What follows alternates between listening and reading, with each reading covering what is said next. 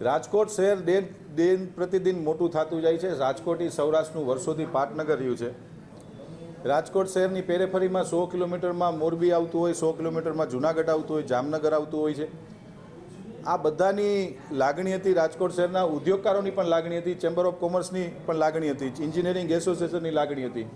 અલગ અલગ ઇન્ડસ્ટ્રીયલ એસોસિએશનની લાગણી હતી કે રાજકોટમાં એક કન્વેન્શન સેન્ટર બનવું જોઈએ। ગુજરાતમાં મહાત્મા ગાંધી કન્વેન્શન સેન્ટર ગાંધીનગરમાં જે કાર્યરત છે એ પ્રકારનું કન્વેન્શન સેન્ટર રાજકોટ શહેરમાં બને એના માટે ભારતીય જનતા પાર્ટીના અમે સૌ શાસકોએ કટિબદ્ધ હતા। માનનીય સાંસદ સભ્યશ્રીઓ, માનનીય ધારાસભ્યશ્રી, માનનીય મેયરશ્રીથી લઈ અને સૌ ભારતીય જનતા પાર્ટીના કોર્પોરેટરોની એક જ લાગણી હતી કે રાજકોટમાં કન્વેન્શન સેન્ટર બનવું જ જોઈએ, જેથી કરીને રાજકોટમાં એક લઘુ ઉદ્યોગને પ્રોત્સાહન મળે અને ઉદ્યોગકારોને પોતાની પ્રોડક્ટનું એક્ઝિબિશન થઈ શકે, પોતાની પ્રોડક્ટનું સેલિંગ થઈ શકે અને સારું એક આખું સ્ટ્રક્ચર ઊભું થાય, એના માટેની અમારી લાગણી હતી, જે માનનીય મુખ્યમંત્રી શ્રી ભૂપેન્દ્રભાઈ પટેલની ભારતીય જનતા પાર્ટીની સરકારે આજે અમને મંજૂર કર્યું છે અને એ પેટેના 25 કરોડ રૂપિયા રાજકોટ મહાનગરપાલિકામાં રાજ્ય સરકારે અમને આપ્યા છે, તે બદલ રાજ્ય સરકારનો અમે આભાર પણ માનીએ છીએ।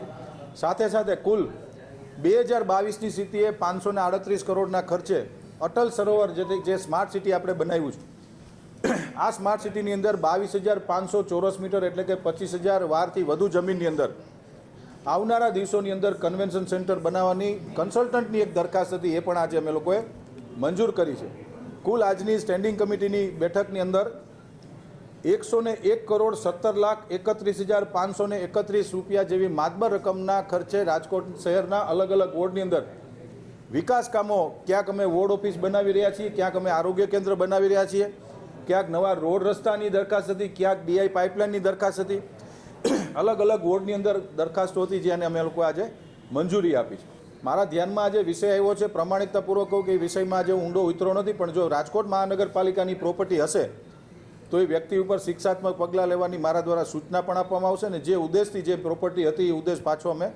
ચરિતાર્થ કરશું। લખ્યું છે એ પણ મેં વાંચ્યું છે, પણ જ્યાં સુધી વાસ્તવિકતાનો સ્વીકાર ન થાય ત્યાં સુધી કોઈ એવું ન કહી શકું, એટલા માટે કે કોર્પોરેટરના પતિ છે, બીજા કોઈ છે, એ મને ખ્યાલ નથી, મેં પહેલાં જ આપની પાસે સ્વીકારી લીધું છે કે વિષયમાં હું ઊંધો ઉતરો નથી, પરંતુ એક વસ્તુ આપના દ્વારા કહીશ કે મહાનગરપાલિકાની પ્રોપર્ટી છે તો એ મહાનગરપાલિકાની પ્રોપર્ટી અમે હસ્તગત કરી અને જે વ્યક્તિ ચલાવતા એની ઉપર શિક્ષાત્મક પગલાં લેવાની પણ હું ખાતરી આપું છું।